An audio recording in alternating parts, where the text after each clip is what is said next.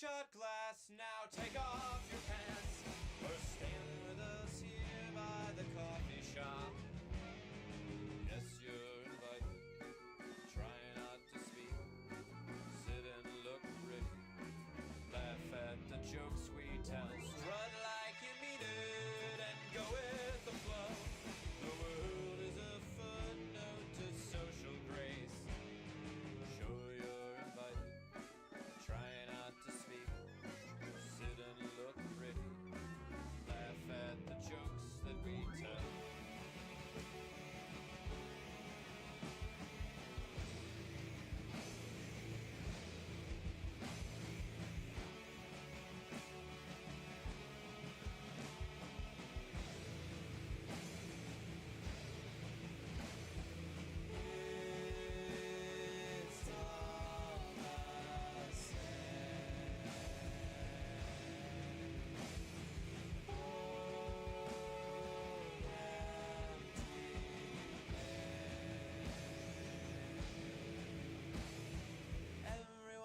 Tired in Boston, and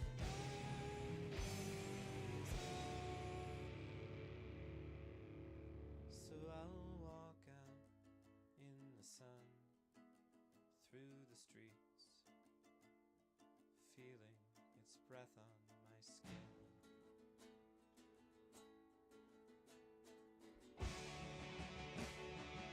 feeling its breath on my skin.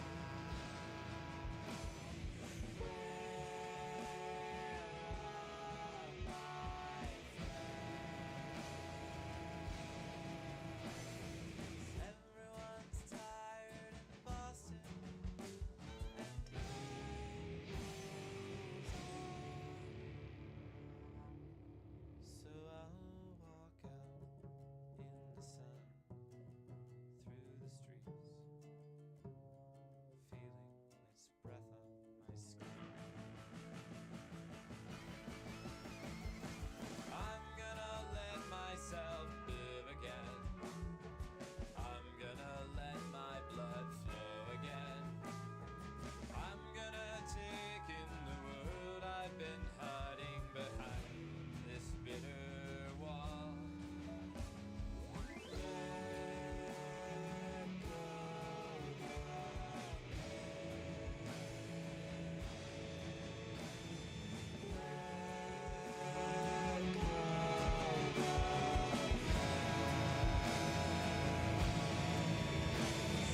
Everyone's tired in Boston,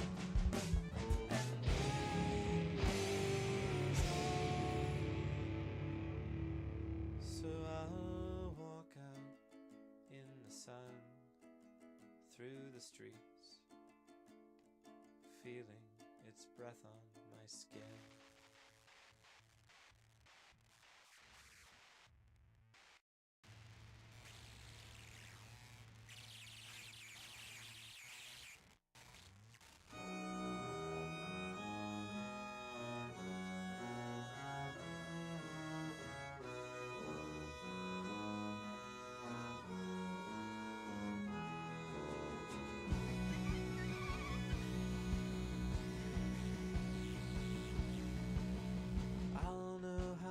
Give without contempt and be open without fear. Learn to rest inside another's eyes. I know I'm home every time I breathe in, when I make it to the other side of the earth. All of the people there will be happy, glowing, safe and free. Every prison made a playground.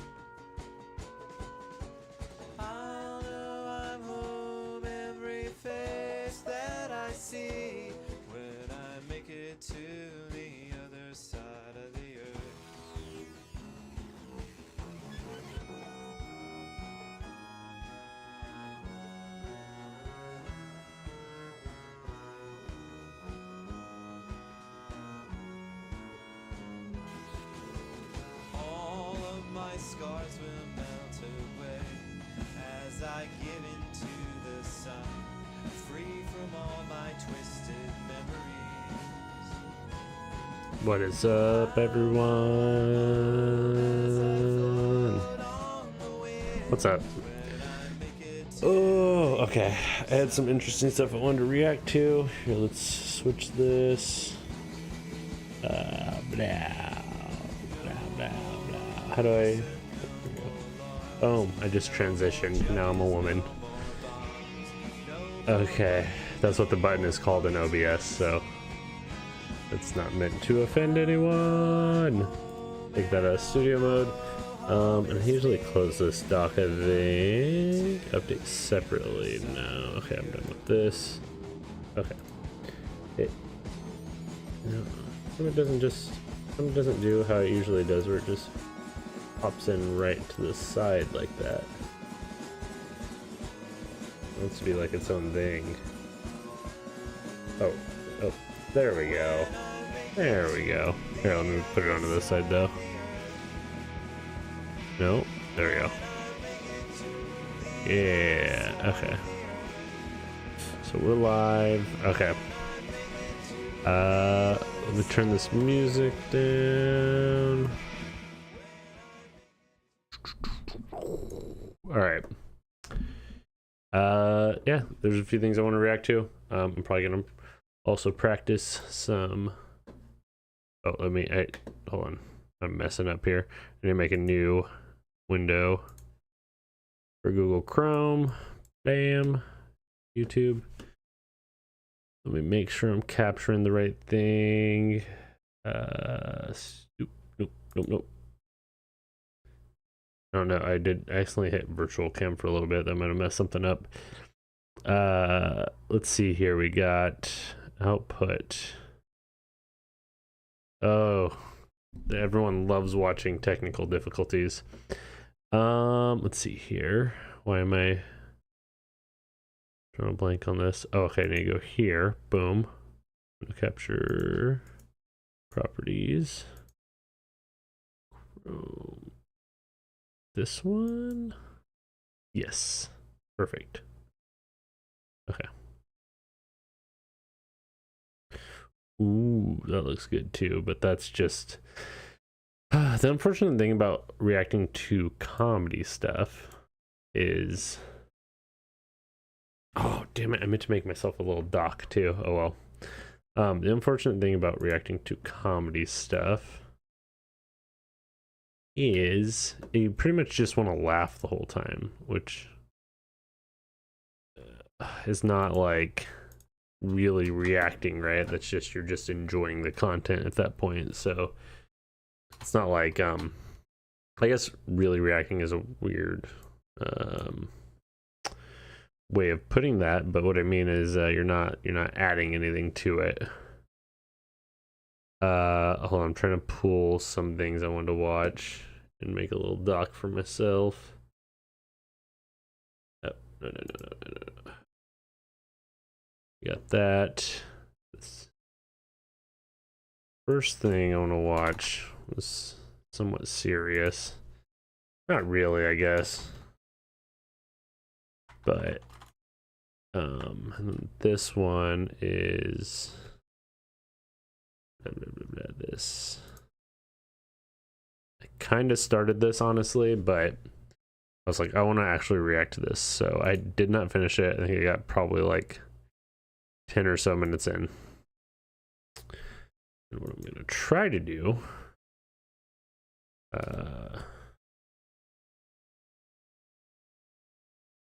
oops, I'm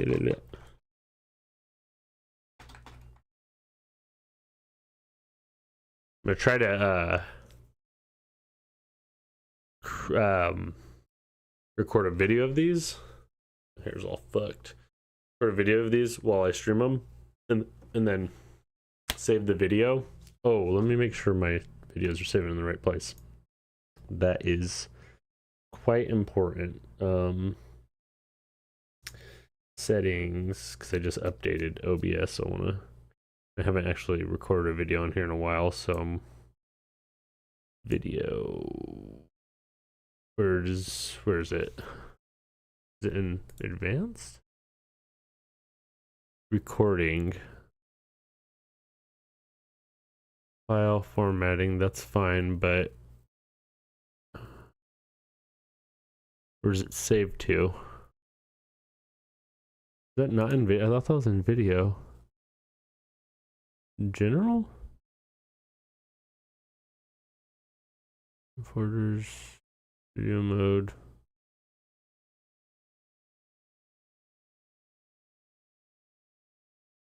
Save view.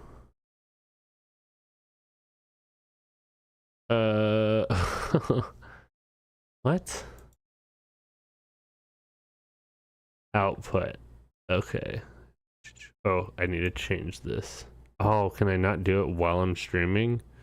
Okay, I'll just have to remember it goes to desktop movie podcast. Okay. Recording same as stream. Interesting. Okay. Oh, am I clipping again? Damn it. Hold on, let me... Okay, let me turn my gain down a little bit more on this mic. I don't... Oh, the gain's all the way down. Oh, wait, is it? No, gain's...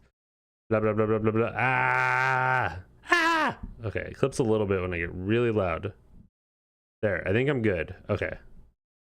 I feel like I'm gonna be quiet, though. I don't understand how people get, like, great volume. Okay, so I got my dock, I got that. I thought I was all ready to start streaming, and then I hit start, and then, whew, okay.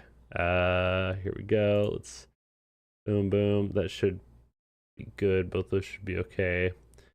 May need to pump that a little bit, and yeah.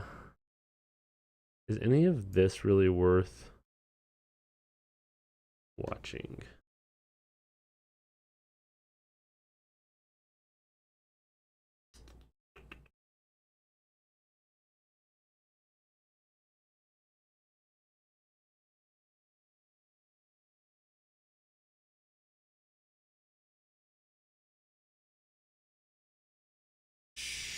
Yeah, what just happened? What just happened? Nope, nope. That.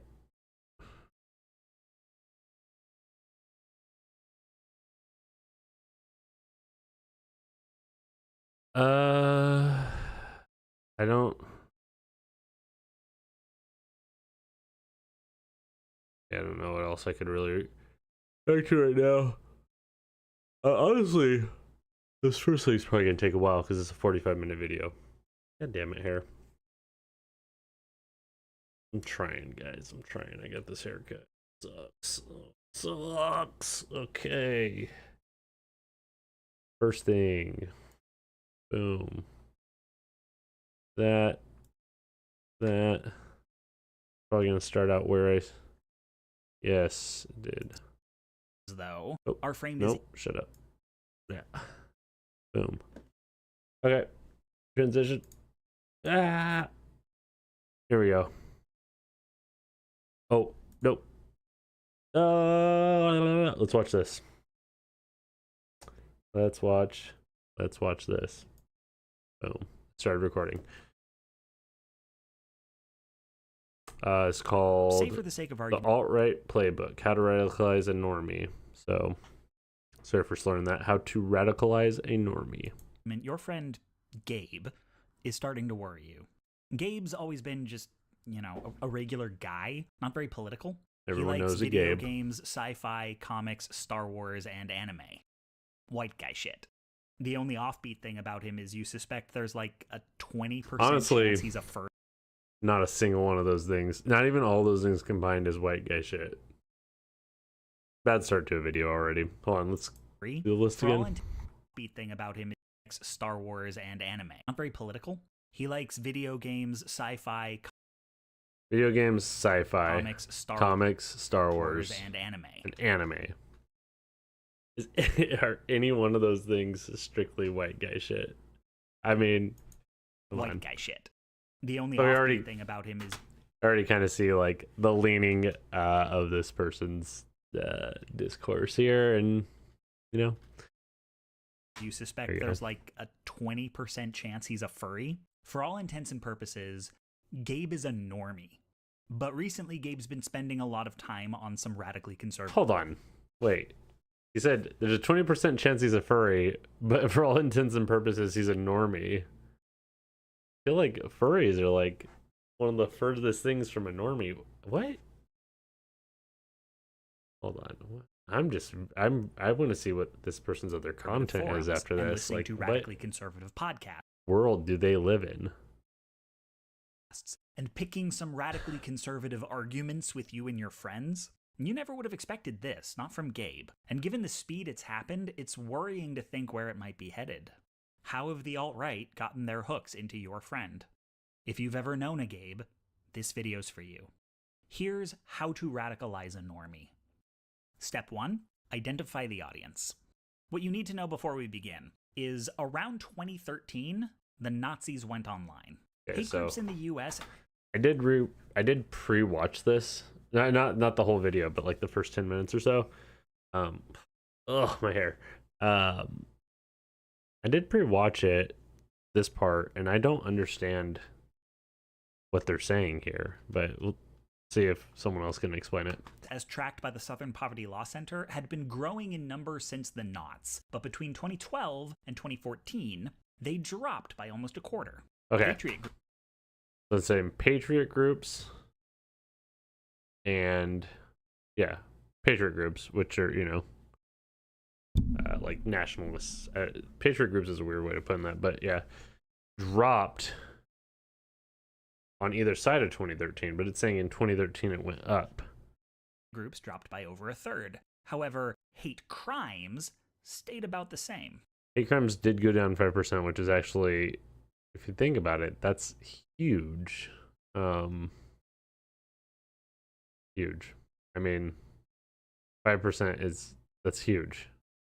Radical conservatism was not shrinking, but decentralizing. Still, I don't see that's where I get lost.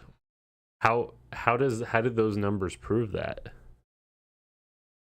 I mean, I think the message of this video is probably a good one, but the ways going about it seems a little off-putting to a lot of people. To me, we'll keep watching and see what happens. Still radical and still often violent, but now full of white nationalist nomads unlikely to join a formal organization. This didn't make them harmless. What it did was protect their asses from the typical hate group cycle of getting the public's attention, making allies in conservative media, swelling their numbers, and then eventually disgracing themselves with failures in fighting and, often enough, members committing horrific acts of violence, which come with social and sometimes legal consequences for all the other members. So the alt-right and their fellow travelers these days Is that Milo? Is that guy's name?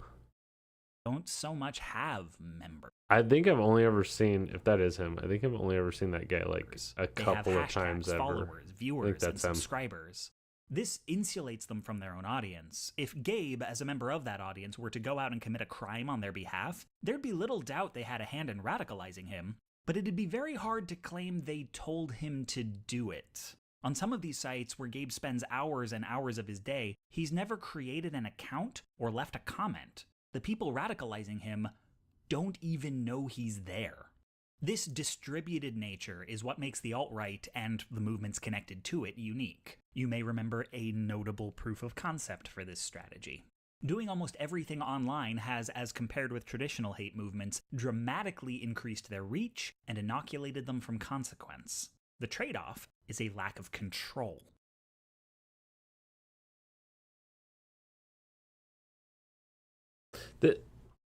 These kind of things, it's like you're just making claims. I mean, like, what is the actual like evidence where you?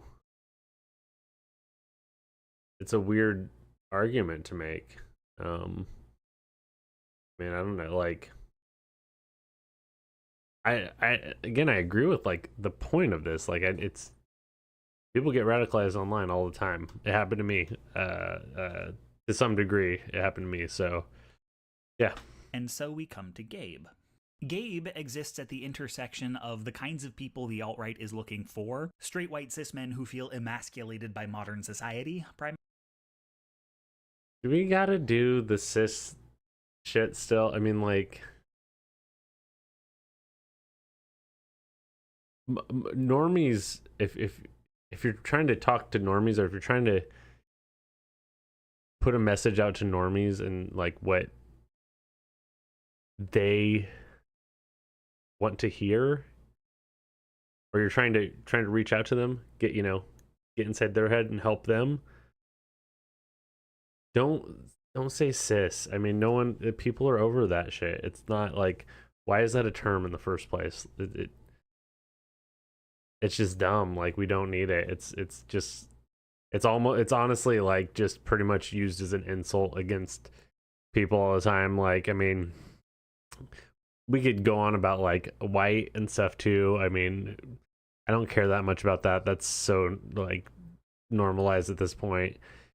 Who cares? But cis, like, you guys got to drop that. Like, it's done. This is not 2018 or whatever, like 2016, whenever everyone was going around cis this and that, and like, like just let people be normal, man. Let the normies be normal. Like, yeah. Well, I'll talk more about this in a little bit. Primarily, though they do make exceptions, and the kinds of people who are vulnerable to recruitment. Gabe fits the first profile in that he got bullied in high school and often feels he has to hide his nerdy side for fear of getting ridiculed. The alt-right also has success with men who can't get laid, or recently got divorced, or feel anxious about an influx of non-white people in their community. These things can make one... So, man, I'm not trying to be super critical, because actually when I was just listening to this originally, the first time I was like going along with it and all the points I agreed with, I was like, I was nodding my head like, yeah. And I'm doing that right now too.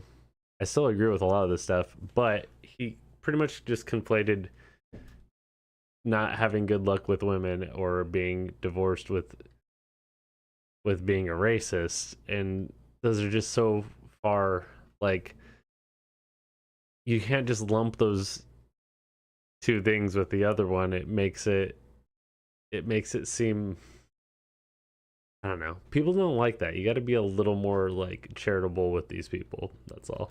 One feel like less than the confident white man they are supposed to be. And it's the closest they will ever come to being minoritized.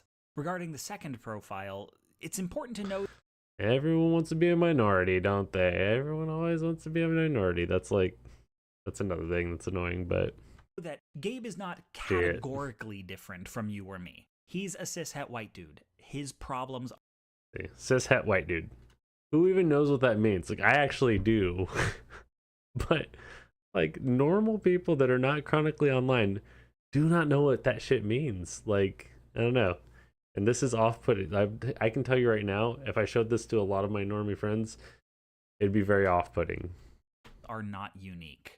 There's not a ton of research into the demography of the alt-right, but there may be a higher than average chance Gabe has a history of being abused or comes from a broken home. You don't know if that's true of Gabe, he's never said, but we don't know if he's been abused, but he's probably a racist. Most abuse survivors don't become Nazis. The things that make people like Gabe recruitable tend to be situational. It happens often during periods of transition, as dramatic as the death of a loved one, or as benign as moving to a new city. Things that make people ask big life questions. Gabe has concerns.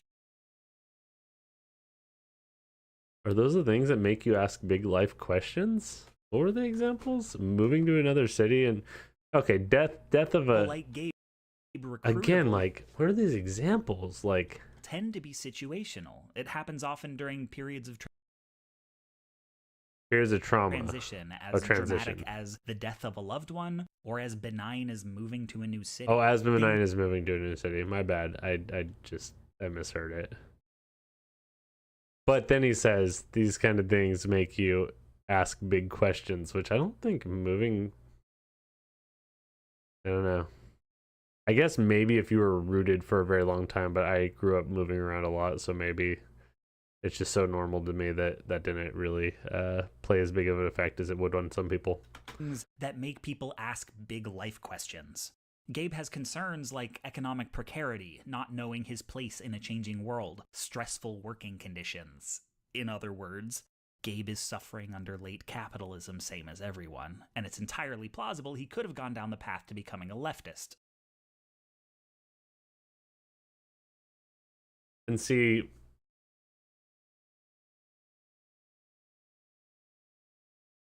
this person making this video is coming at this from a very interesting angle. It kind of feels like they might be like more radical left, more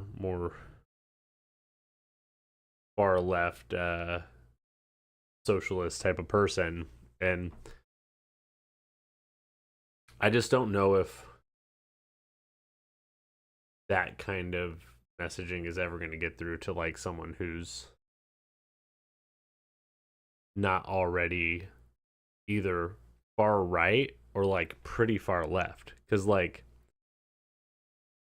the thing about it is like the people that end up getting radicalized at all, they're usually like not just like a normal minded person. They've probably already subscribed to some kind of radical ideas on one side or the other, and a lot of times they'll flop all the way from one to the other. Like this is about how to radicalize an army, and I actually do agree with this, but I'm taking a really long time, so we're not even 5 minutes in. Let's go.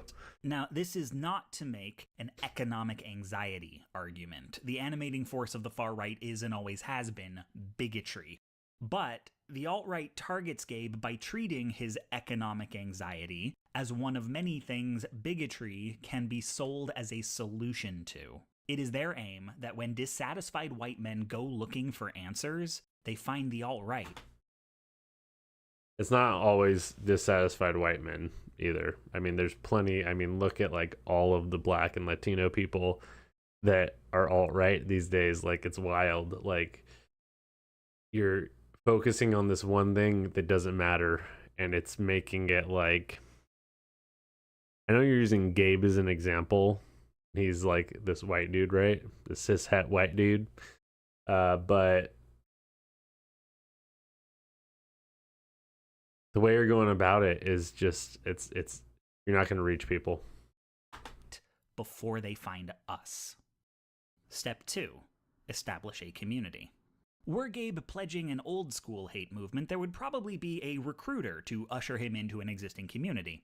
But that's the kind of formalized interaction modern extremists tend to avoid. Online extremism has many points of entry and everybody's journey is unique, so rather than be comprehensive, we will focus on what are, in my estimation, the two most common pathways. The far right creates a community. I didn't realize that. They're showing he's doing the white power thing down low. Although, I thought you were supposed to hold it up. I don't want to do it because I might get in trouble. I don't know which of these streaming services or whatever, these social media things actually like, I don't know what they actually care about. So yeah, he's doing that down here apparently. I didn't notice that until like right as the picture was changing. In my estimation, the two most common pathways. The far right creates a community Gabe is likely to stumble into, or infiltrates a community Gabe is already in. The stumble upon method has two main branches, one of which is just where I really Gabe agree ends with a up lot on of stuff. Board, which we've already done a video about. The other is kind Okay, of I the might polar watch that. opposite of 4chan's cult of anonymity. Gabe ends up in the fandom of a far-right thought leader. These folks are charismatic media personalities. Who's this guy on the top left? Is that that guy's name? Sargon of Akkad? Is that guy? I thought it was Doug Benson at first. And then yeah, these other guys are kind of pieces of shit.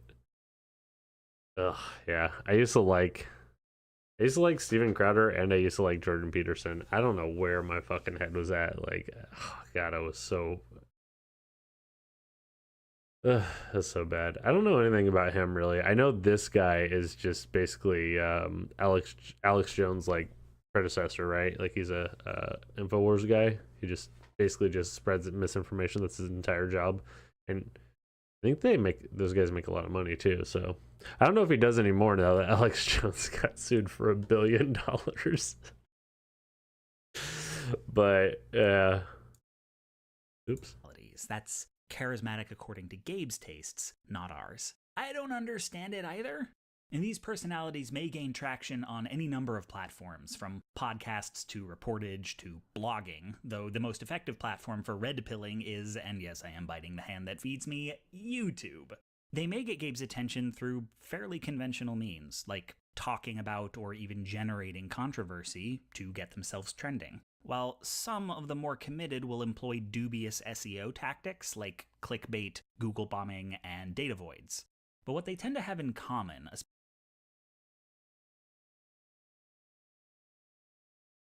What is data voids? Words or terms that do not currently return many results from search engines.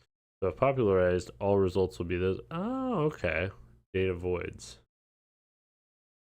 I've heard of these. I mean, obviously, everyone's heard of clickbait. I've heard of Google bombing, which I've just heard of it. Gaming algorithm by sending dozens and dozens of links. Okay.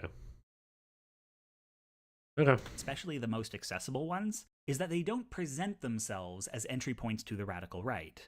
In fact, many did not set out to be far-right thought leaders and may not think of themselves as such, though they are. Yeah, I don't think any of those guys, besides maybe this dude down here, I don't think any of them think they're far right. I think they think they're conservative, but I think they think they're normal.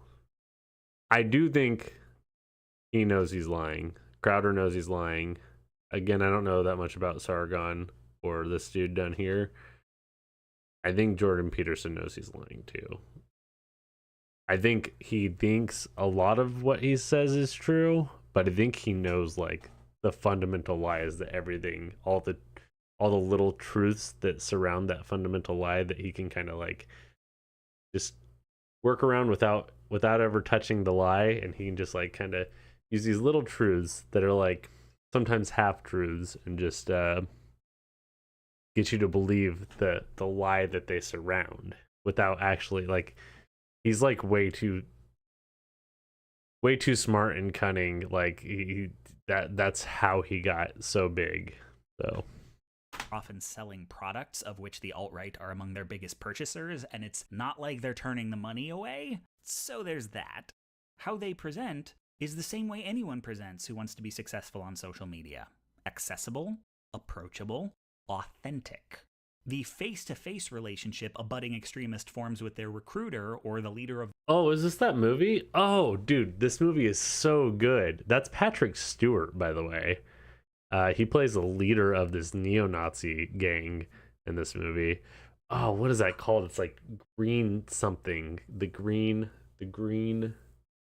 boots. It was on Netflix.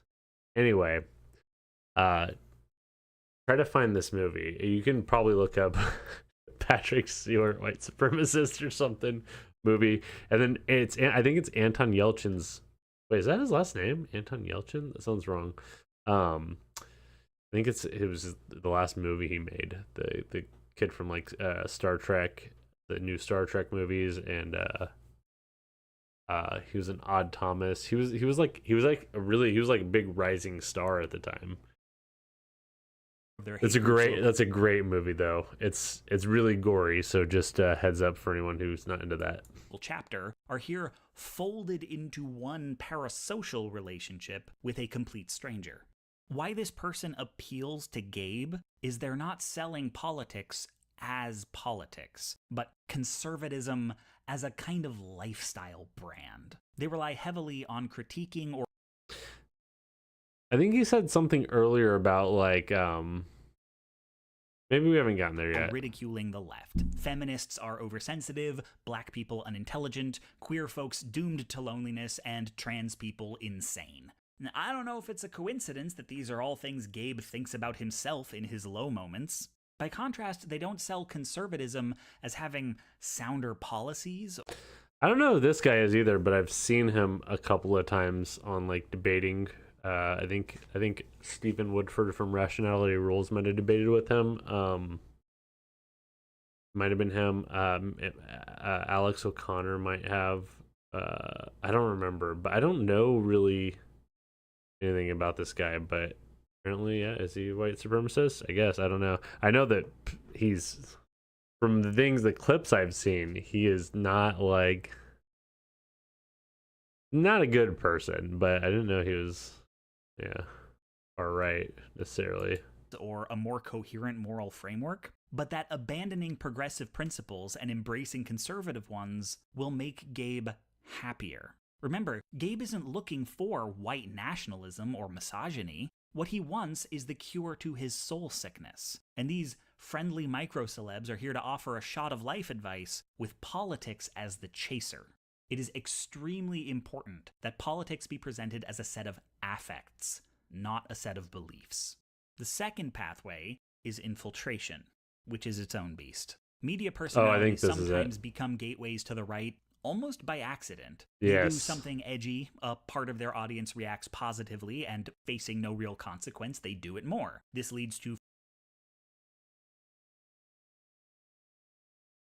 Wait, is this guy trying to imply that PewDiePie is like far right now, or is he just using this example? Okay, so here, let's watch a little bit more. Further positive reinforcement from conservative fans, the rest of the audience acclimates, and the cycle repeats, the personality pushing the envelope further and further based on what flies with their increasingly conservative audience. In this way, they become a right-wing figure by both radicalizing and being radicalized by their audience. Yep, so this definitely happens. I've seen this multiple times. This kind of started happening with Ethan Klein from H3H3, and he started pushing back against it because he noticed how his audience was becoming, and then that's when all these people started turning against him and being like, "Oh, you're a sellout," and really some really nasty stuff too. But a lot of it was you're a sellout, you're a libtard, you're this and that, and just, dude, like, I'm really glad, I think, for Ethan doing that, because I do think around that time is when it was like around 2016 when Trump was running, maybe 2015. It was when it was really really cool to shit on SJWs. And don't get me wrong, like, SJWs can still be annoying. Like, I think this guy's a little bit of an SJW with the way he's talking, but I do think that Ethan staying true to who he was kind of showed me this, because I've always liked H3 for a really long time, and then I was also at the same time watching Joe Rogan. That's Joe Rogan. It was the gateway for me to all these other dudes, and I think Joe Rogan still gets way too much shit compared to a lot of the other people. I think he's dumb. I think that he platforms some bad people. I think he platforms some good people, but I think overall he's not nearly as bad as a lot of the other people. I definitely think he should stop platforming some of those the Tim Pools, Jordan Petersons, Brett Weinsteins, those type of dudes. Yeah. Oh, Terry, was it Terrence Howard? Jeez, okay. Oh, the other thing I wanted to bring up real quick though is Asmongold. I love Asmongold, but this is currently happening. It's been going on for a while in his community. I didn't know that much about Asmongold until a few years back. The first thing I saw was the Mizkif doc, and if you guys don't know about the Mizkif docs, before Mizkif was a big Twitch streamer, he used to make little short documentaries about different Twitch streamers and just roast them, and they're so funny.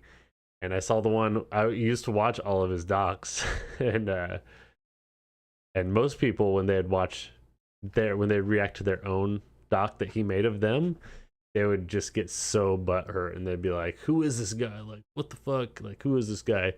But Asmongold was so chill. He was going along with it. He was laughing. He was joking. He was, and I didn't know anything about him at the time, so I thought all the stuff Mizkif was saying was actually like not true, and Asmon was just being cool about it and going along with it. But a lot of it, I guess, actually is true. Like him and his friend playing in like a dumpster behind Wendy's or whatever. Like, oh man. So anyway, all that to say, this is going on. I see it happening. Asmongold is positively reinforcing this behavior. I don't like it. I unsubbed. He needs to take a step back from the direction he's going. It's otherwise he's gonna end up like Jordan Peterson and fucking all these dudes that just they can't have their own thoughts. They have to appease the audience. They have to appease the Trumpies. Like, it's disgusting. It's embarrassing. Like, I really respected Asmongold, even though I don't agree with him all the time. I really respected him, and now it looks like he's going down that same path that all these other dudes have gone down. So, sad. He's not gonna listen to me, obviously. I'm just, who the fuck am I? Administration is deliberate.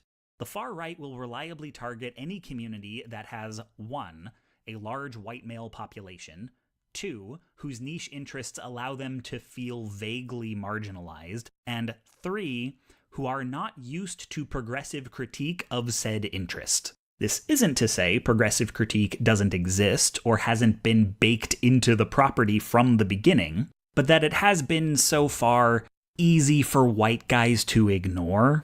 As such, progressives within that community probably don't talk politics much, and women and minorities are perfectly welcome to post, same as anyone, but just, don't make identity politics, like a thing. Given Gabe's proclivities, he's probably... Yes. Don't make identity politics a thing. Like, stop doing that. Identity and politics are not linked at all. Like, you can have your like identity, you can be, trans and whatever, like, but stop trying to make white people feel bad about not understanding stuff or not, having the same knowledge or whatever, same lingo as you. Like, it's dumb. It's not gonna help anyone. It's really not.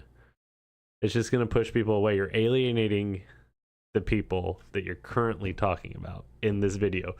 What you are doing right now is alienating Gabe. And this is what I want to talk about, actually. He's going to talk about all of the things the right is doing to indoctrinate and radicalize these people, but he's not going to talk about the stuff that the left does, which is honestly not as bad. I would be like straight up, it's not as bad, but they're playing a part by doing all this like identity politics and stuff. Like, live and let live, like everyone should be able to be happy and live their life. If you want to transition, if you want to marry a same-sex person, like, I think at this point most people agree with that. But when you are one of those people and you're alienating this dude who doesn't really understand all that, what's he gonna do? He's gonna go over to the other side and be your enemy. Like, it just, stop doing it. Stop. You need to take the time, explain the stuff to them, be calm, don't yell, don't get mad, don't make it political at all, like, because it's not. This is just you. This is just how people are. Like, oh man, these people never, they just want to blame everything on the right. And like, sure, like they're really, really fucked up and they deserve to be, you know, criticized for it. But you got to understand, you are playing a part too. You got to understand that. Already in a number of fan communities where he can geek out and not get teased. And this is where the far right will go looking for him. Communities are at their most vulnerable to infiltration at times of political discord. This can happen naturally, say a new property in the fandom has a black protagonist, or it can be provoked, say a bunch of channers join the forum and say provocative things about race to get people arguing, or both. Left to its own devices, the community might sort out its differences and maybe even come out more progressive than they started.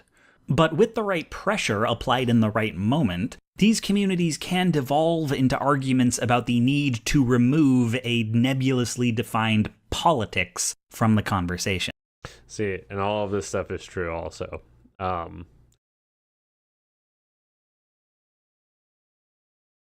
Again, the approach that this specific person is taking, so when the right wing will do that, don't talk about politics, and then the left wing people will do the make everything politics. So like it's like the exact opposite approach, but like you're not being, neither one is rational. There's a good like middle ground here, that you can understand politics, you can understand like things that don't belong as politics as two separate things. Like I don't know, it in my mind it's so easy to separate, but not for everyone.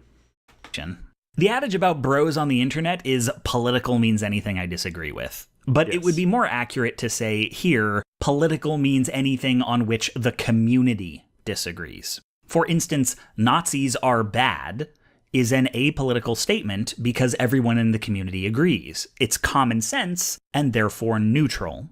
But paradoxically, Nazis are good is also apolitical. Because Nazis are bad is the consensus, Nazis are good must just be an edgy joke. And see, this is a really good point. And this is what happens. This is again what I've seen going on in like Asmongold's community. A lot of people aren't well equipped to have nuanced ideas about things. A lot of people want things to be black and white. They don't want to think about things. So this kind of tactic is simple and as dumb as it seems. It works. It's so effective, and it's sad, but saying Nazis are bad, which everyone would agree with, it doesn't even need to be stated, really. Like, no one's thinking about Nazis are bad. But then if someone makes a joke about, oh, Nazi, like, this Nazi thing is funny, this Nazi talking point, or this anti-Semitic talking point, or anti-black talking point, or whatever, like, oh, I'm saying it as a joke, like, it's easy to go down like a weird rabbit hole with that. That's all this guy's saying right here, basically. And even if not, the community already believes the opposite, so the statement is harmless, tolerable. However, feminism is good is a political statement because the community hasn't reached a consensus. It is debatable and therefore political, and you should stop talking about it. And making... Yep. Also very true. Again, I don't want to rehash this too much, but these are two separate things, like, not everything has to be political, not everything has to be apolitical. you can understand that, at least. Political arguments, no matter how rational, is having an agenda, and having an agenda is ruining the community. Now, it is curious how the things that provoke the most disagreement tend to be whichever ones make white dudes uncomfortable, one of life's great unanswerable mysteries.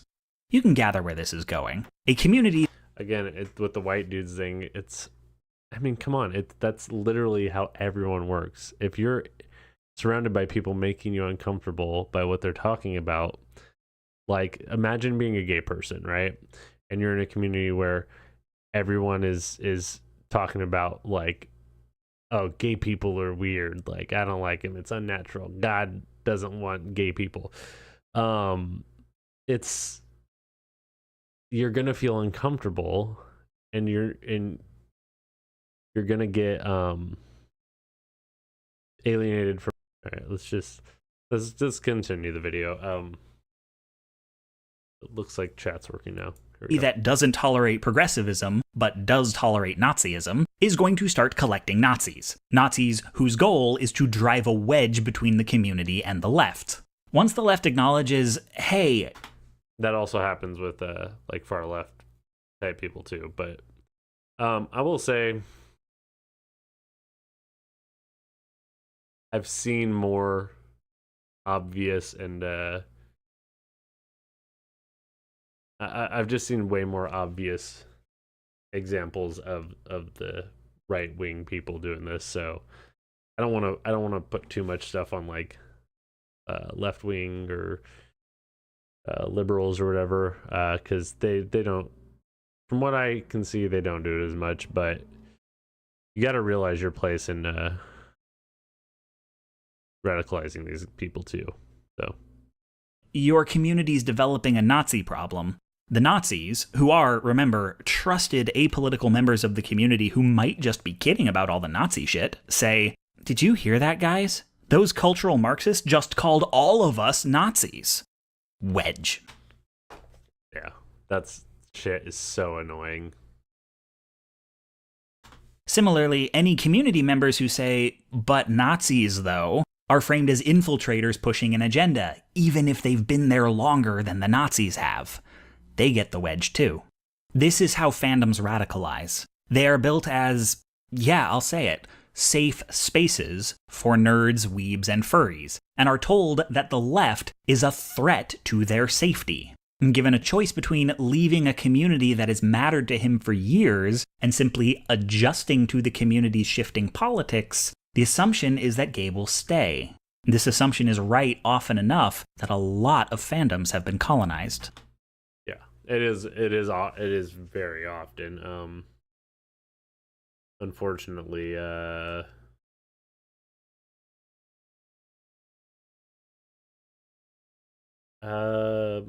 was gonna make a point here.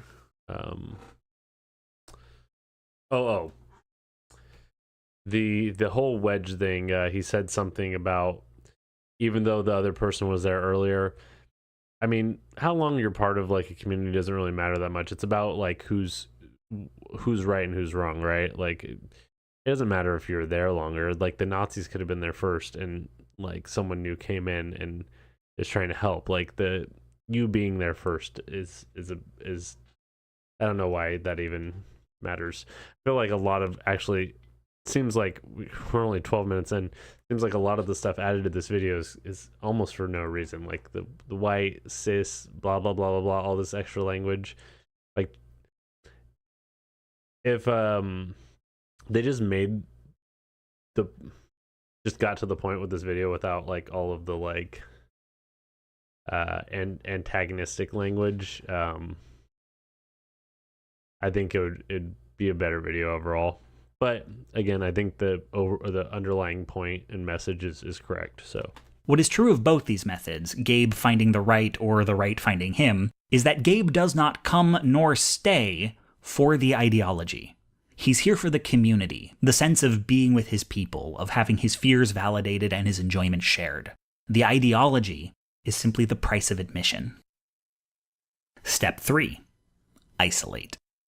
There is a vast interconnected network of far-right communities out there, and Gabe is, at this point, only on the periphery. Called the Daily Wire.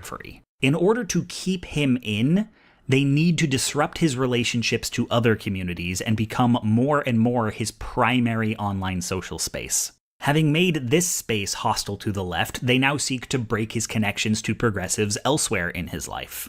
This is hard to do online. The whole appeal of moving radicalism to the internet is that your away from keyboard life doesn't have to change. You are crypto the moment you log off. Some thought leaders will encourage their audience to cut ties with family of origin, or DFU, but even then, they can't monitor whether the audience has actually done it in the way an in-person movement could. And so alienating Gabe from the left is less controlled, and consequently, maybe less total.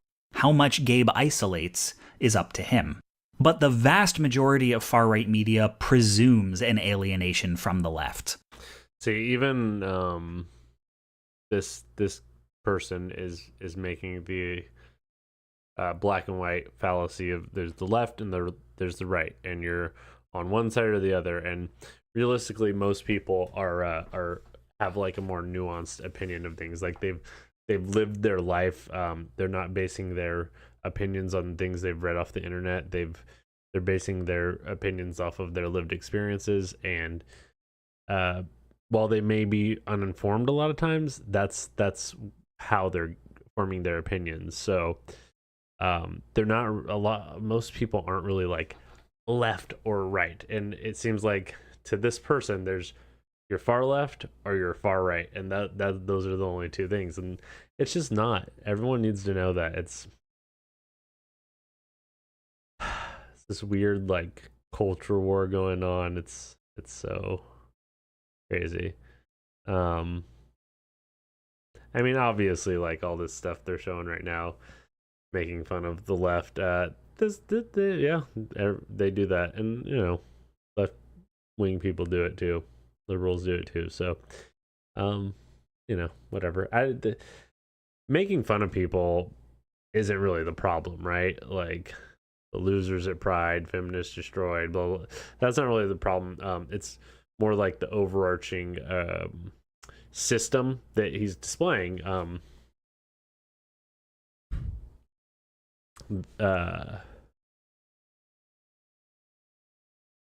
And putting people up against that system and really like forcing them into one or the other. And that's why I actually kind of don't really like this video, is because like it's doing kind of the same thing. It's being like, you're on our side or you're on their side.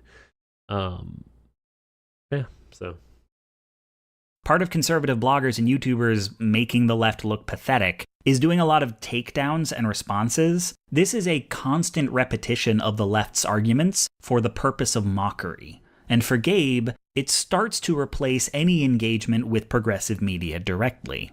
He soon knows the left only through caricature. It also trains him, if he does directly engage, to approach the left with the same combative stance as his role models. For reference, see my comment section.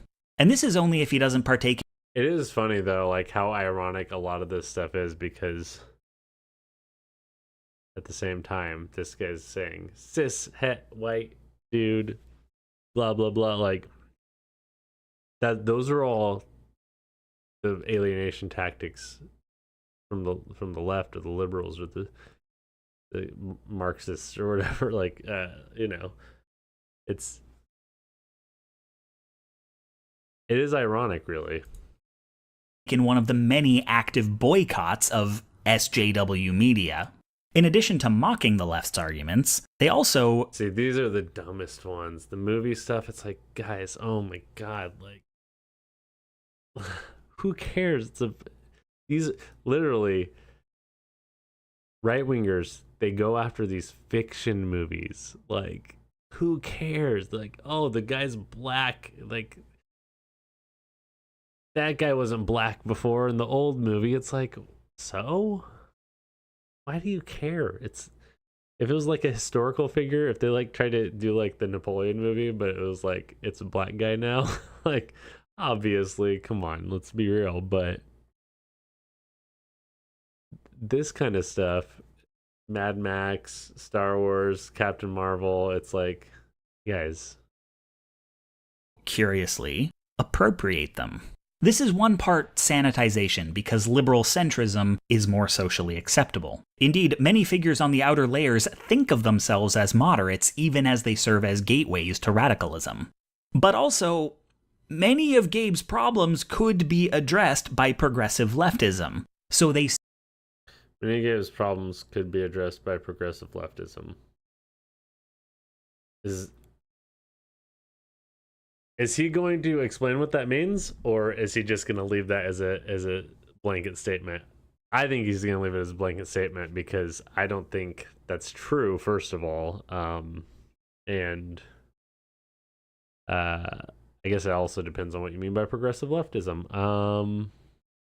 Usually that means you're a socialist, but we'll find out. I wanted to address this other point here of they're saying, yeah, they start to serve as gateways. That's true. Again, you know, I think Joe Rogan is like a huge gateway for a lot of dudes. That's what happened with me. I started seeing people like Jordan Peterson. I've already brought up the examples, and started thinking they were cool, and started kind of just going down that path. So, anywho. Sell him racist and sexist versions of it. Yes, there is a problem with workers being underpaid and overextended, but the solution isn't unions, it's deporting immigrants. Yes, there is a chronic loneliness and anger to being a man in the modern age, but it's not because of the toxic masculine expectations placed on you by the patriarchy, it's women being slutty. Yes, masculine is a chronic loneliness and isn't union. There is a problem with workers being underpaid and overextended, but the solution isn't unions, it's deporting immigrants. Yeah. I don't know what I can really say here. I mean, those are both like, so the unions, I wouldn't say is very toxic, but a lot of the examples he's going to come up with later on, they're like, and it's not that like they're wrong, because I agree with like a lot of this guy's takes, but it's the way they're presented online. Like in this example, like there's nothing wrong with unions, right? And there's nothing wrong with a secure border, and he's saying deporting immigrants. Deportation is, it's a really hard thing to broach, because once someone's in, it's like, are we gonna send them back to like this crazy evil country? Usually not. I don't usually agree with that. So, yeah. But there's nothing wrong with like wanting to have a secure border. I mean, we really don't want just anyone coming in. Like that is, you know, there's the cartels, there's other foreign agents from other countries, not directly on our border. I think that's actually way overblown compared to some of the other threats from other countries like Russia and China. But yeah. Yes, there is a chronic loneliness and anger to being a man in the modern age, but it's not because of the toxic masculine expectations placed on you by the patriarchy. It's women being slutty. Things like this, like saying like patriarchy. I mean, is there some truth to like toxic masculinity and patriarchy and such? Yes, but like the way you're presenting it is like, it's so negative. And same thing with this, like there's also some truth to the way women are, the promiscuity online. Like it's not really a great thing, right? Like, let's be real, like they can do whatever they want, but like the availability of it to people all the time, it can be fine for most normal people, but it can be really bad for people who are like porn addicts and stuff. So people that can control their urges, it's fine. People that can't, it's bad. And so, everything's not black and white. It's just not. So bloody. Yes, wealth disparity does mean a tiny percentage of elites have more influence over culture and politics than the rest of us combined. But the problem isn't capitalism, it's the Jews. And that's it's hard. The worst one. It's always the Jews. That's where it always ends up going, which is so wild. It's so wild, like the hoops that anti-Semitic people have to jump through to get to it's the Jews every time is so crazy, but it always somehow ends up happening. So when did this video come out, I wonder? Because 4 years ago, obviously this was because I bet nowadays this person is probably anti-Semitic because of the whole Middle East thing. That's my guess. I don't know.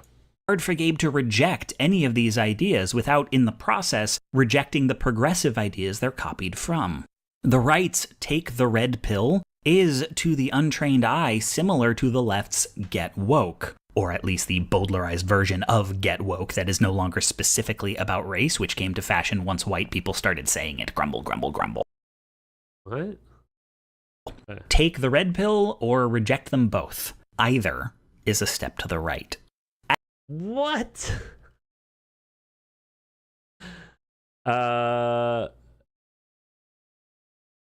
Wait, what? As this rhetoric slips into his day-to-day conversation, even as seemingly harmless irreverence, it may strain relationships with people who are not entertained by this shit. Off-color comments about race and gender can certainly be wearying for female and non-white friends. Look, you can't be like, we don't like this. You have to bow to us, and we don't like whatever, like you have to come to these people with open arms. Like it's just the wrong approach. It's never gonna work. Like, you're doing your part in radicalizing these people too. Let's just remember that.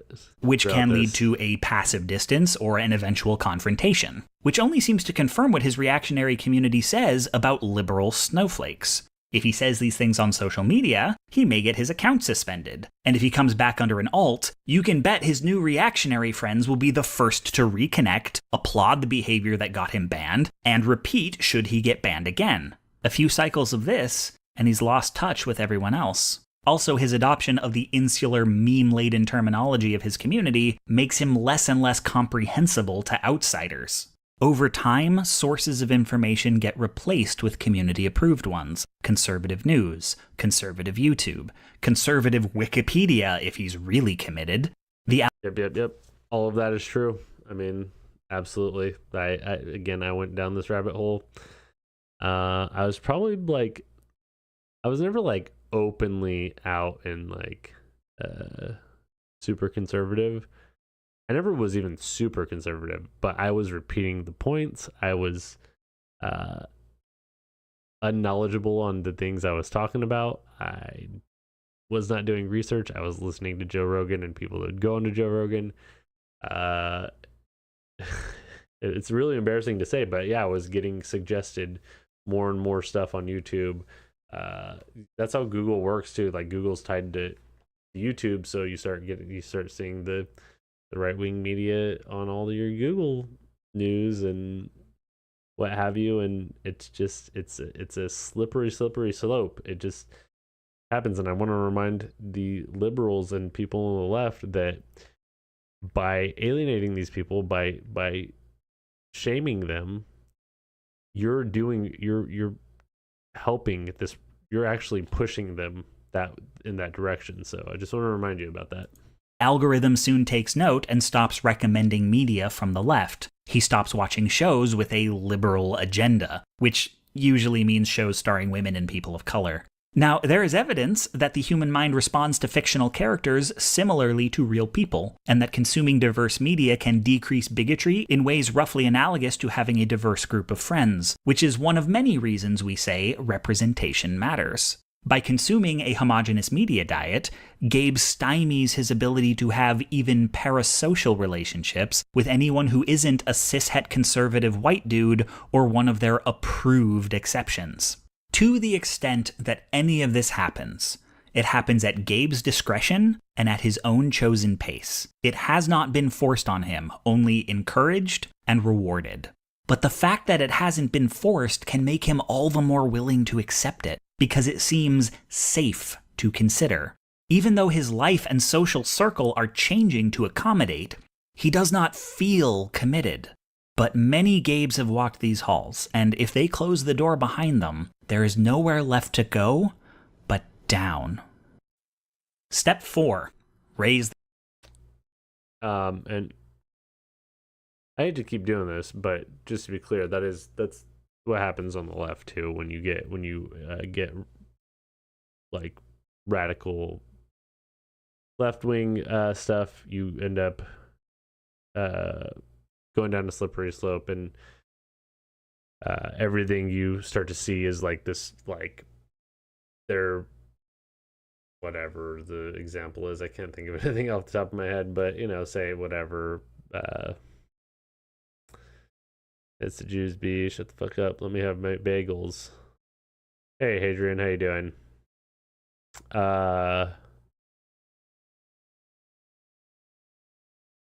But yeah, there's a whole other pipeline too, and it's weird. So their power level. And they say we ruined anime. Consider the ecosystem of the alt-right as layers of an onion, with Gabe sitting at the edge and ready to traverse towards the center. No, I'm not just going to reiterate the Pewdie pipeline, though if you haven't seen it, I recommend that you do.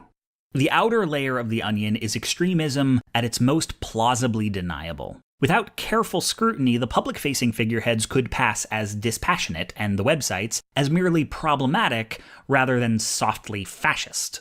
It is valuable if Gabe believes this as well, that at this stage, he believed the bigotry is simply trolling, the extremists an insignificant minority, and any report of harassment faked. That he believe where he is as deep as the rabbit hole goes, and that he continue to believe this at each successive layer.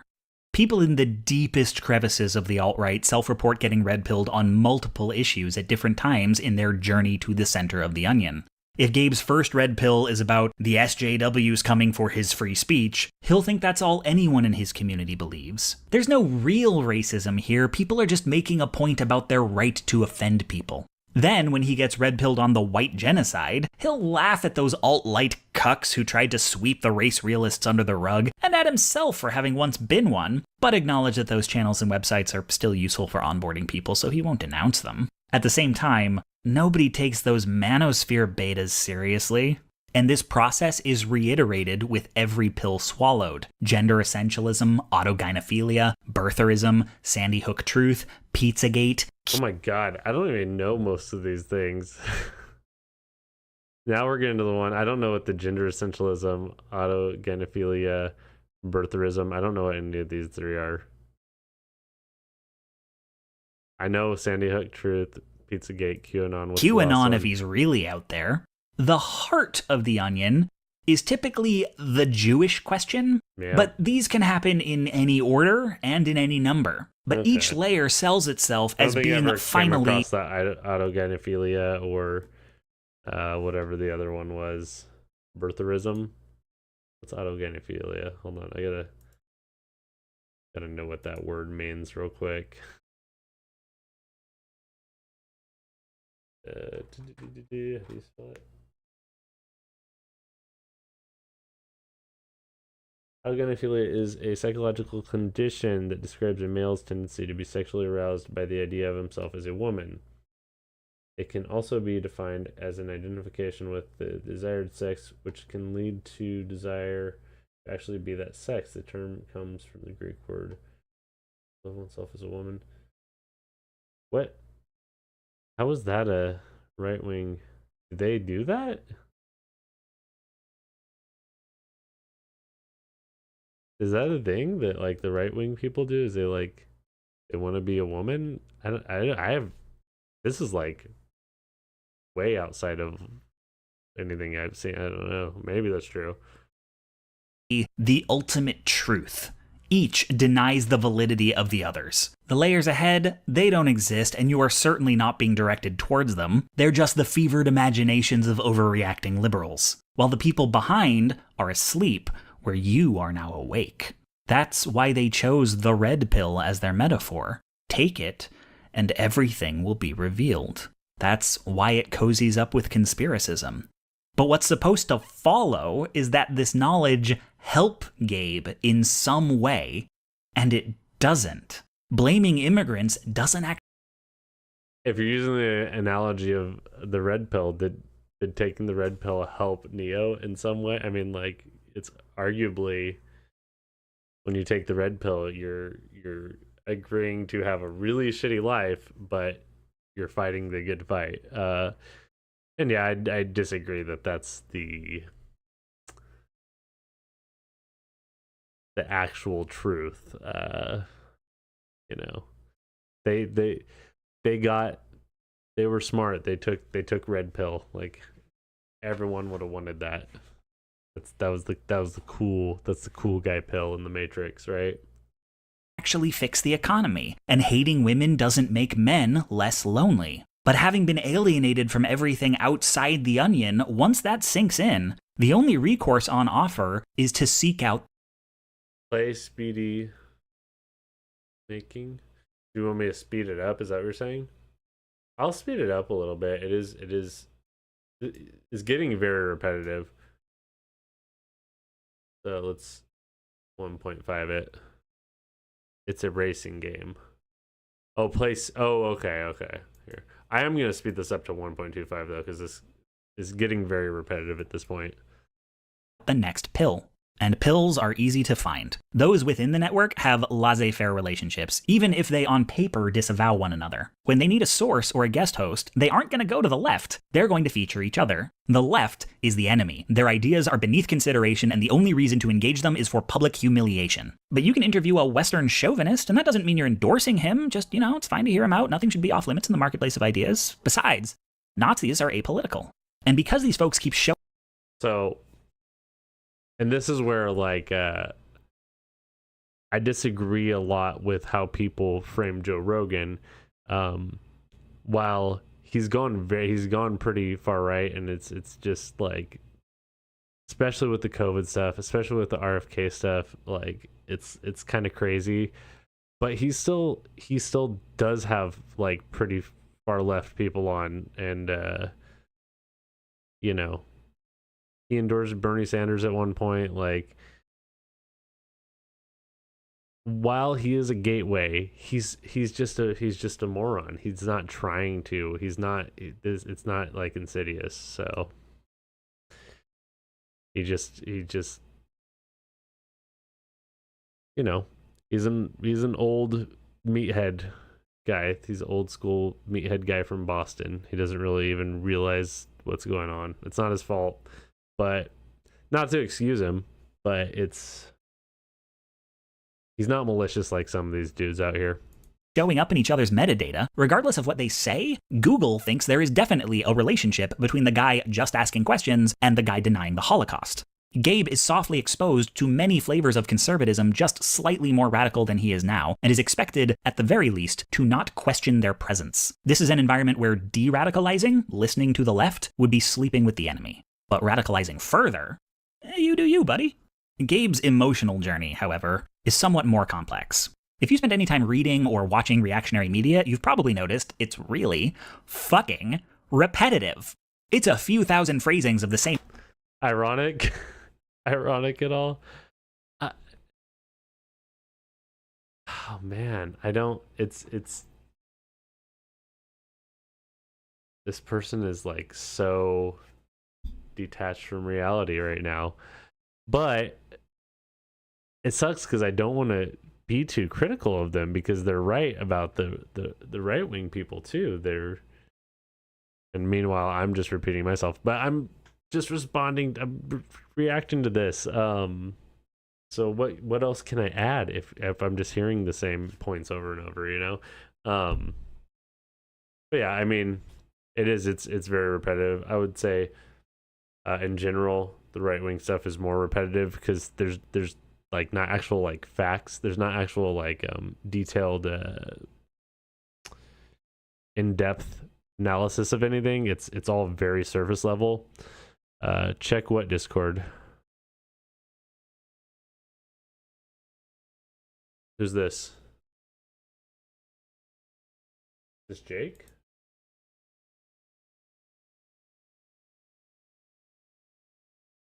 Oh, I'm checking the Discord. Oh yeah, he said something in here.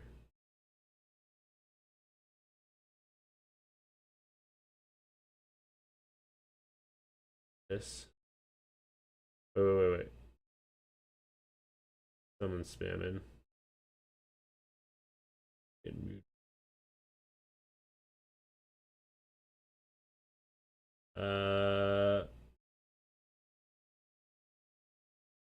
Hold on.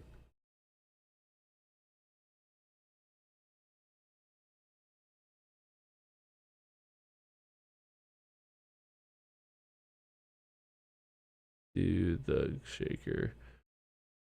I don't know. I don't know if I know you in real life or not.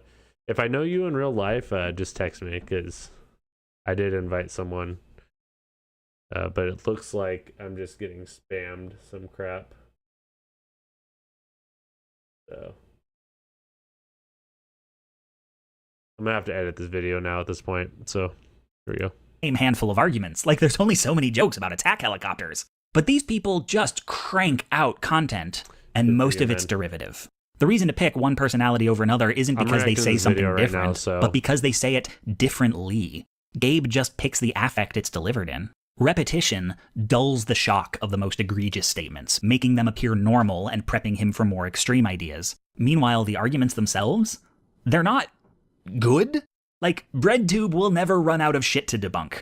They are repetitive because they're not good. They're mantric. A good argument you only need to hear one time. If you can follow it, internalize it, and explain it to someone else, you know you've understood it. But a bad argument can't convince you on its own. That's not entirely true. Because you can just parrot arguments. Like,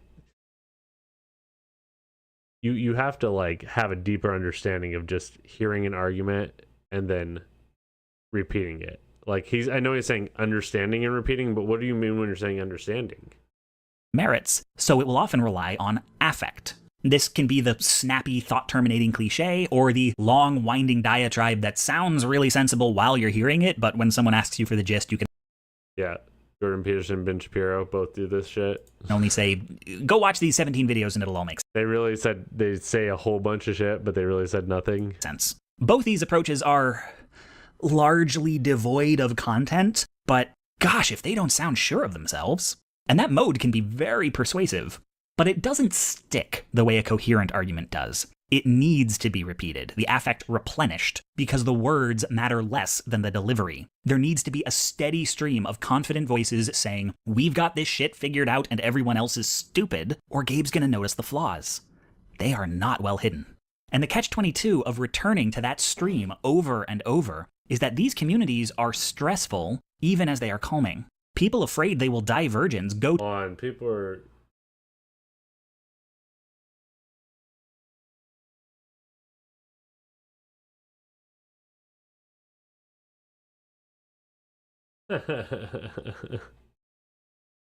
Jeez.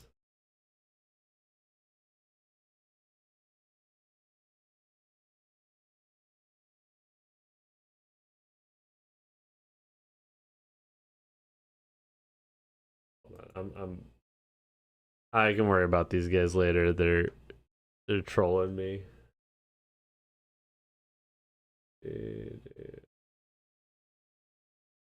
Can I what do this. Good. Wait.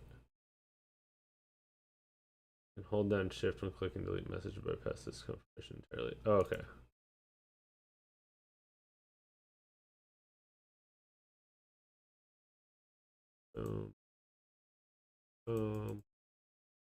All this guy's messages.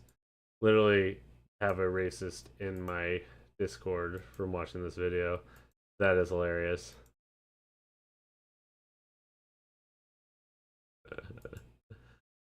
Oh man, I wish I could show you guys some of this stuff, but it's like straight up just racist stuff. Even though I'm white, guess what? Not all white people are immune to. It's not like he's not calling me cracker or something, but he's calling me the N-word, which is just like people online are just crazy. But he's gone. To forums with people who share and validate that fear, and also say, yes, you will die a virgin. People afraid Syrians are coming to kill us all watch videos by people who share and validate that fear, and also say, yes, Syrians are coming to kill us all. Others have already pointed out that rubbing your face in your worst anxieties is a form of digital self-harm, but I need you to understand the toxic recursion of it. Gabe is going to these communities to get upset. Every emotion is converted into anger because sadness, fear, and despair are paralyzing, but anger is motivating. Whatever his problems, there's always someone he can scapegoat for them, and Gabe feels less helpless when he's pissed off. And so while he's topping up on reassuring nonsense, he's also topping up on stress. And being cut off from everyone outside the network, the only place he knows to go to release that stress is back to the place that gives it to him. It's a feedback loop, pulling him deeper and deeper on the promise that, at some point, relief will come. It is a similar dynamic that keeps people in abusive relationships. When someone in Gabe's community makes a racist joke, they are presenting Gabe with a choice between the human interaction of laughing with his friends and his societal responsibility not to be a fucking racist. And not laughing seems ridiculous. Everybody's friends here, no one's getting hurt. This is harmless. And so the irreverent race joke draws a line between the personal and the political and suggests that one can be safely prioritized over the other. One way to look at radicalization. Again, this is a weird way of looking at, like, where you're just like drawing a line of like personal and political, and it's like it's one or the other. And realistically, like, most people don't think like that, besides people who are ideologically motivated. So like it's just very clear that like this person maybe at this point, this is a 4-year-old video, so maybe at this point they've found their way out of this cult, but they're also being being radicalized. So unfortunately, and you could look at this and say, like, me saying this is being racist, but like it's not. It's just the reality is like that's not how people think about things. So yeah,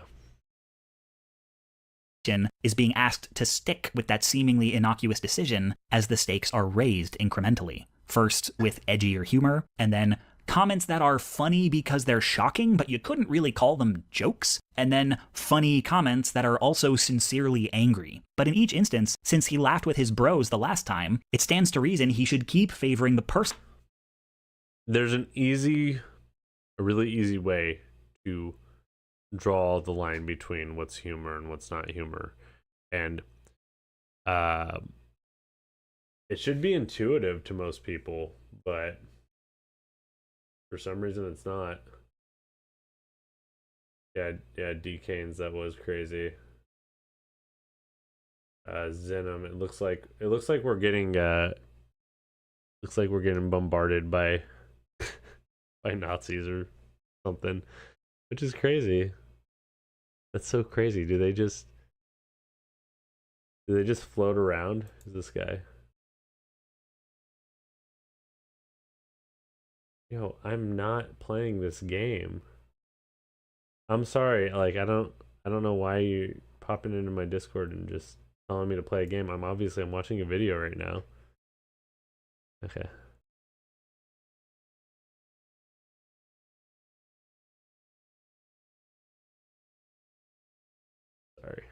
you're probably cool. I don't know, but I clearly am right now am watching this video, so personal over some abstracted notion of politics. This is why the progressive adage, the personal is political, is among the most threatening things you can say in these spaces. it's just so silly. It's so silly. All right, let's go. I'm not trying to make a slippery slope argument. Most of us who laughed at edgy jokes when we were teenagers didn't grow up to be Nazis. You've already made a slippery slope argument like so many times, but this is a good point. This is what I was trying to say earlier, is like you can laugh at these edgy jokes and stuff, and I mean, like, sure, like some of them are probably, if the wrong person saw it, it'd be pretty disgusting, right? But there's a clear delineation between humor and serious, like, actual racism, actual, like, sexism, what have you, and it's very obvious most of the time, like, but some people seem to just not recognize that at all. So, but there also is bad actors, so I don't blame people too much for it. It is a slippery slope in the specific context of being in community with people trying to radicalize you. Yeah, it's never a slippery slope if it's on the left.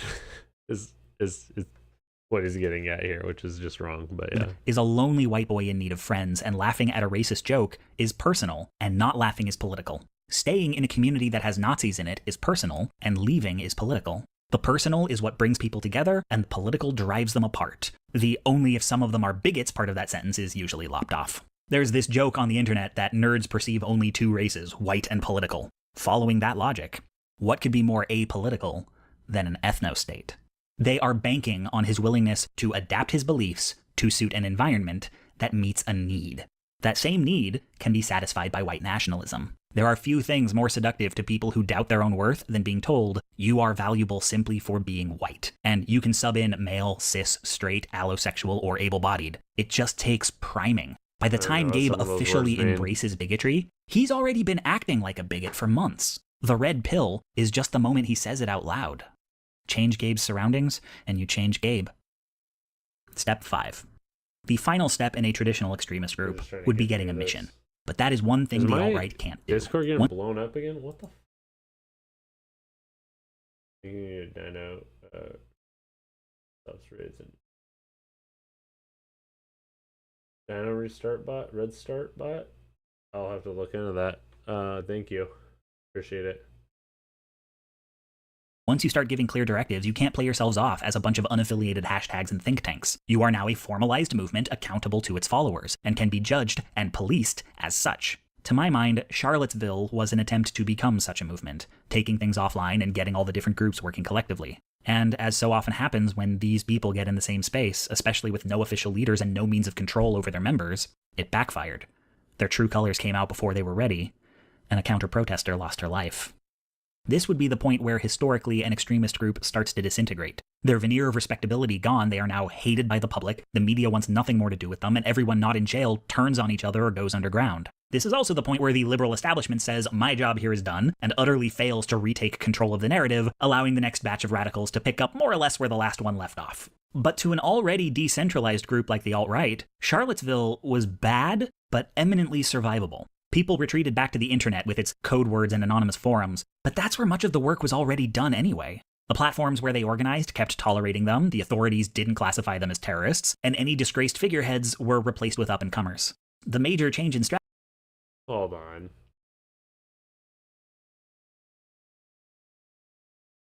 Why is Sam Harrison here?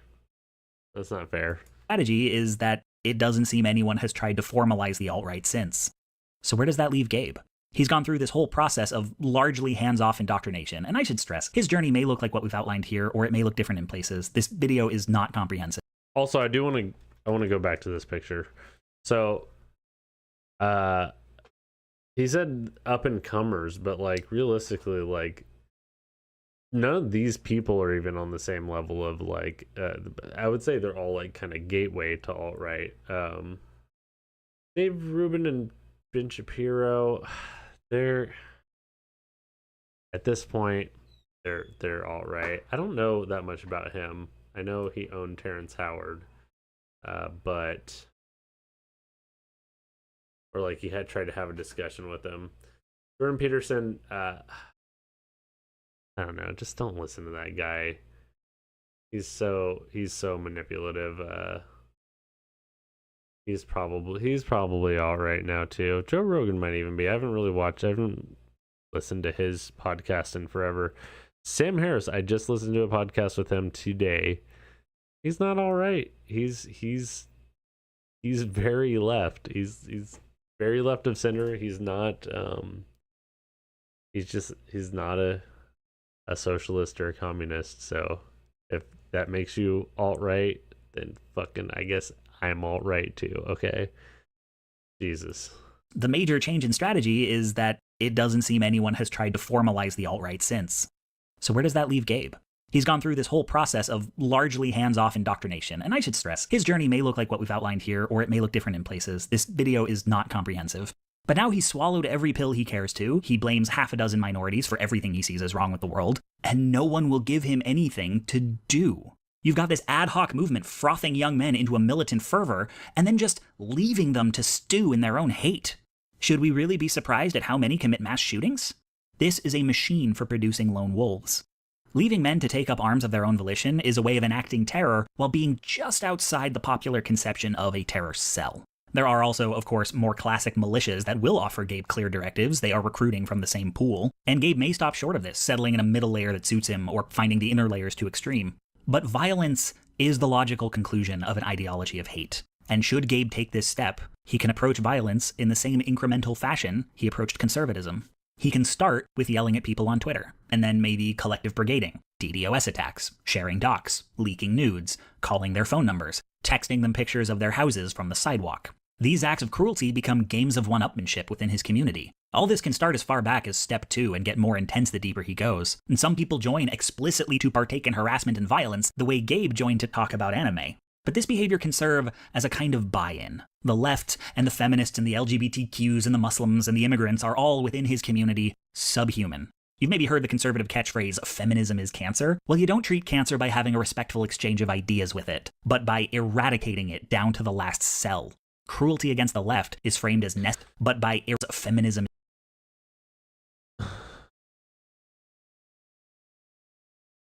is cancer. Well, you don't treat cancer by having a respectful exchange of ideas with it, but by eradicating it down to the last cell.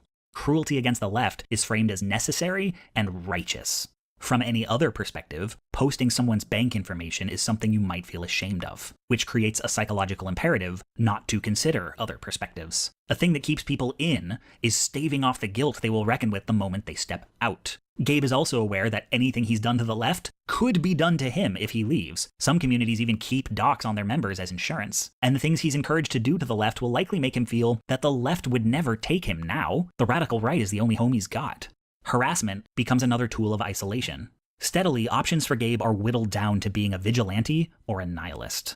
There are periods of elation, moments the alt-right feels it's winning, or more accurately, the people they hate are losing, are like cocaine. They are authoritarians after all. But the times in between are mean and angry. They are antisocial, starved of emotional connection, consuming incompatible conspiracies that may at any point run them afoul of one another, devoted to figureheads who cater to but cannot risk leading them, and living under constant threat of being outed to the left or turned on by the right for stepping out of line. Gabe took this journey for the sense of community and all of the behaviors of a cult. Literally all of these line up, and that's what these are. These like far left and far right groups online. They're online cults. You don't have to be separated from the people in your life anymore to be in a cult, because all of everyone's social life is online. It's over. The IRL socializing, being, you know, meeting up with all your friends at the restaurant after work or whatever, hanging out. That's all over. It's all over.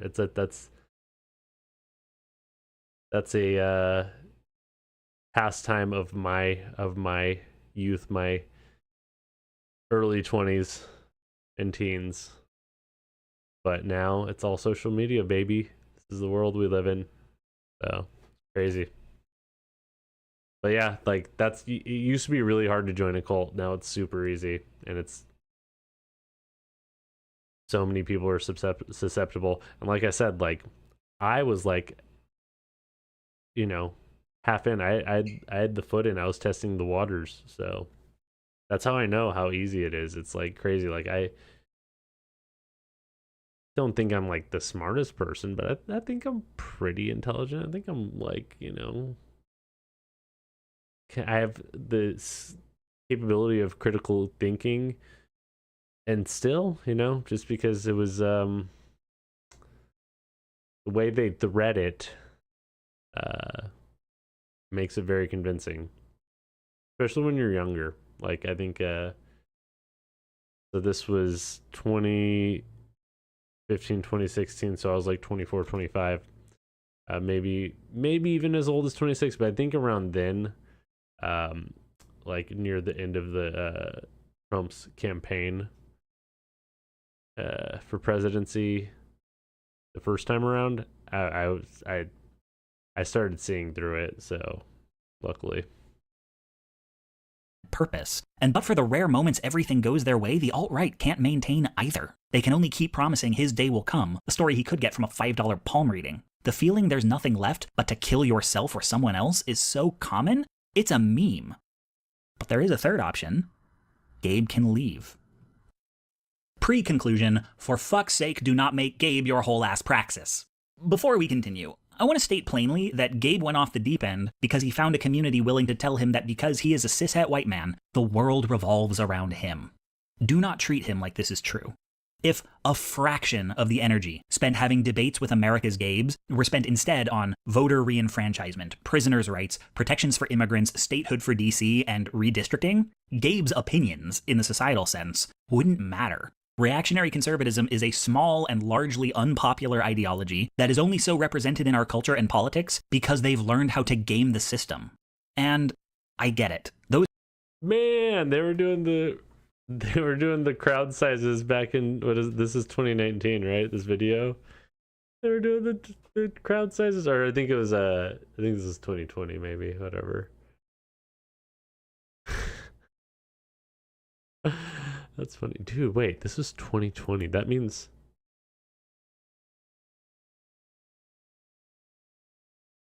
2019. Dude, this was like almost a year and a half before January 6th. And they're showing this scene. That's funny. Although this says liberal rally, but I see a lot of red in there. I'm wondering, did they take a picture of Trump's crowd and say it's liberals? Is that what they did? I didn't know they were doing the crowd size game back then. That's funny. Culture and politics because they've learned how to game the system. And I get it. Those are huge problems that are going to take years to address, where if you know a Gabe, that's a conversation you could have today. And if you think you can get through to him, it's worthwhile to try. This is a fight on many fronts, and de-radicalization is one of them. But it is only one. So please keep it in perspective. It sends an awful message when we spend more time trying to get bigots back on our side than we do the people they are bigoted against. Your value as a lefty does not hinge on whether you can change Gabe's mind. Conclusion. How Gabe gets out. He may just grow out of it. This is actually what I wanted to see. I wanted to see if there's like a counter to what he's saying. And the way I would suggest is, as I said, open arms. Don't hit him with all this like woke talk or whatever you want to call it. Don't hit them. Don't make them feel alienated farther. In fact, even when he's saying to get them out. I think once you're deep enough, there's no getting them out really. So it's for most people, it's got to be before they're like invested enough in it that it's like consumed their whole life and they've become deeply entrenched in these communities, and they're like they know people, and they maybe even have like online meetups. They maybe even have in-person meetups, things like that, where these are now their friends. These are their life. I mean, getting them out is not realistic. It's got to be something that happens before. And honestly, I put a lot of the responsibility on people like Asmongold and Ethan Klein, who I will give credit to rejecting that. I think he's overcorrected a little bit. I don't want to be too critical of him. I think for the most part does a really good job. But Asmongold, I understand Gabe's a fictional character, but in real life there's a lot of Gabes. But yeah, currently the path that Asmongold's community is going down, he should be responsible and make it known that he's not he does not agree with this stuff. And he really used to. I mean, I haven't watched a lot of his content lately, but the stuff I have seen, it's been concerning. So yeah. I remember being really like happy when I heard him like denouncing like these racist dog whistles and stuff. And I was like, dude, good job. But recently seen him posting a lot of crazy shit. So my suggestion though, come with open arms. Explain things. Don't be critical about what they think. Just challenge their thoughts and explain why they're wrong. If you are too abrasive, you're going to turn them away. And if you're hitting them with the stupid woke talk, the cis fucking white dude shit, and hitting them with the fucking all the pronouns and stuff, and like, you know, that's fine. If you guys want to use that in your own in groups, that's fine. But when you're hitting the people that you're trying to actually save from a dangerous cult with that shit, it's never gonna work. So that's my suggestion. Now let's see what this person Communities says. skew young, and some folks hit a point where hanging out with edgy teens doesn't feel cool anymore. He may become disillusioned after the movement fails to deliver on its many promises. He may become disillusioned if something goes wrong in his life and his community isn't there for him, if he feels they like his race and his gender but don't actually care about him. He may be shocked if he sees the alt-right at its worst before being appropriately conditioned. Charlottesville was a step too far for a lot of people. His community may turn on him for any perceived unorthodoxy, and he may... I'm going to tell you right now, this is relying on like a lot of things that don't really happen. I mean, maybe like 1 or 2% of all the people that get radicalized that happens to, but you're really relying on something that is not that common. So I'm talking about all of these instances combined. Like, yeah, you can't just wait for them to get disillusioned. Like, I mean, that's crazy. A leave out of necessity. He may be separated by circumstance from the community, a trip with no internet, hospitalization, arrest, and not be able to top up on the rhetoric. This may lead him to question his beliefs. His community may disappear, either tearing itself apart or getting shut down by authorities. He may have incidental contact with populations he is supposed to hate, and have trouble reconciling who they are in person with what he's been told about them. In his community, people bond over shared intolerance, but suddenly being tolerant helps him make friends. This is one reason the alt-right has made a battleground of the liberal arts college campus. He may form or revisit relationships outside the network, people who can offer him the connection he's been looking for. This may reintroduce outside perspectives, but more importantly, it rekindles his ability to have healthy relationships at all, something the alt-right has estranged him from.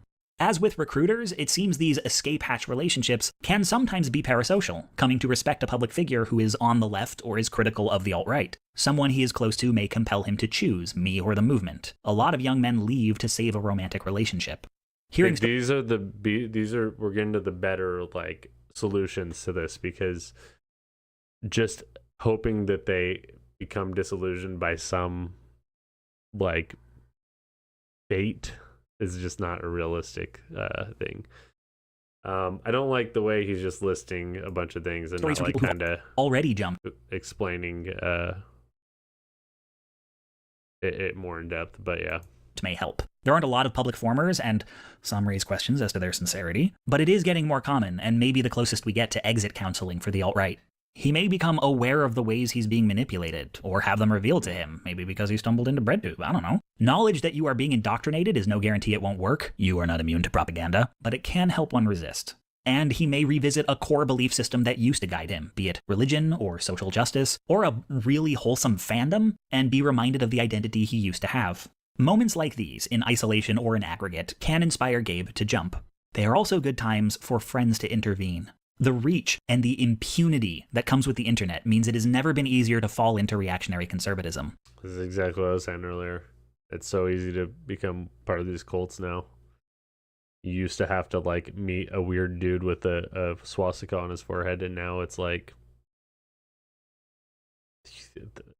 faceless accounts online and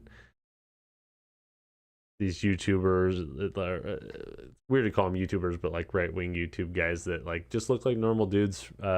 Otherwise, like they probably look like your cousin or something, you know? So it has also never been easier to get out. People who exit skinhead gangs often fear for their lives. For Gabe, there's a chance getting out is as simple as going to a different website. Much of his community does not know his name or his... That's a good point. However, it is easier than being scared that if you leave a gang or whatever, you're gonna get they're gonna send someone after you, or like with like the cults,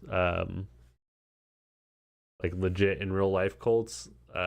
Yeah, like you get ostracized from the cult, which has become, especially when you've been in it for years, has become your entire life. So that is a good point. However, I will say it's also, in some ways, it's harder to get out because I don't know if I'd say it's harder to get out, but it's not super, it's no easier in some ways. Like, you are already like brainwashed. Like, that doesn't just change. Like, the getting disillusioned thing, that doesn't really happen. Like, what ends up happening is someone you trust in your life has a different opinion than you, and they are able to explain why they have a different opinion. This is what happened with me. Like, you know, like with my wife and with other people in my life, having conversations with them and realizing, oh, you know what, some of these things that like I've been listening to online are just fucking stupid. So that's how that happens. That's how that actually happens. His face, and he may not be important enough to dox. What doesn't get Gabe out, not reliably, not that I have seen, is an argument with a stranger who proves all his facts wrong and his ideology bunk. Facts don't always work because facts don't care about his feelings. This was about staying in a community and holding on to an identity that mattered to him. It was about Yeah. Arguments, obviously, again, being too abrasive, and that's in general. About belonging. And that is something a rando from the other side of the culture war can't give him and probably shouldn't be responsible for. The theme here is human connection. Before he can do the work of disentangling himself and facing the guilt of what he's believed and maybe done, he has to know there's something for him on the other end of it. That the right hasn't ruined him. They've told him all of history is groups fighting each other over status and that without his clan he'll be in exile. He needs a better story. I don't know that lefty spaces are ideal for this, in no small part because bringing someone who... Thank you. Wow, we had to get all the way to the end of the last 2 minutes of the video who's for you to say something about this. But yeah, it's not like, yeah, it's at the most, when they're the most radicalized, bringing them into the complete opposite radicalization is not going to do. It's actually going to be very, very explosive. It's not going to be good for anyone. You're going to make your other friends, your cool like liberal friends, they're going to get pissed off that you brought this like neo-Nazi dude around, and the neo-Nazi dude's going to be pissed that you're trying to hit him with the fucking woke shit. So a bit of a Nazi but working on it into diverse communities is questionable. And it probably wouldn't be good for him either. Having just gotten out of a toxic belief system, he's going to be deeply skeptical of all ideologies. In a perfect world, people who care about Gabe could build for him, to use a therapy term, a holding space. Someplace private, physical or digital, where Gabe can work out his feelings, where he is both encouraged and expected to be better, but is not in the moment judged. You gotta go to Nazi rehab. Is that a thing? That actually might not be a bad idea. That comes later. It is delicate and time-consuming work that should not be done in public, but we find these beliefs built up over the course of months or years tend to fall away very quickly with a shift of environment. Change Gabe's surroundings and you change Gabe. But instead, a lot of people who jump are functionally deprogramming themselves, which is working for a lot of them, but this dude. What was his thing? He was like, he was saying, I got brainwashed by the left. Which, I don't think doesn't ever happen, but this guy was full of shit. It's haphazard, and there are recidivists. If you don't personally know a Gabe or have training as a counselor, you may not be in a position to help him. Possibly there are things you can do to disrupt the recruitment process or prevent infiltration of spaces you're in. I'm looking into it, but talk to your mods. But elephant in the room, meaningful change will require reform on the part of platform holders. Tools to disrupt this process already exist and are being used on groups like ISIS, but they're not being used on the alt-right because they try oh so hard not to get classified as terrorists. And also any functioning anti-radicalization policy would require banning a lot of conservative politicians. So there's that. But what makes our story better than theirs is that the fight for social and economic justice, though it is long and difficult and frustrating, when it works, it fulfills the promise the right can't keep. It materially makes people's lives better. I am not prone to sentimentality or to giving these videos happy endings, but one thing we have that the alt-right doesn't is hope.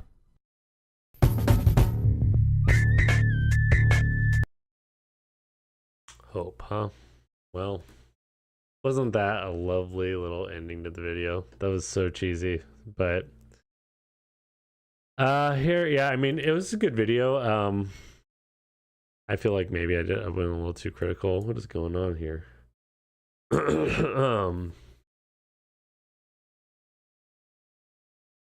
Just trying to share the video with you guys. There we go. That's the link. So yeah, here's the video link. If anyone wants to watch that.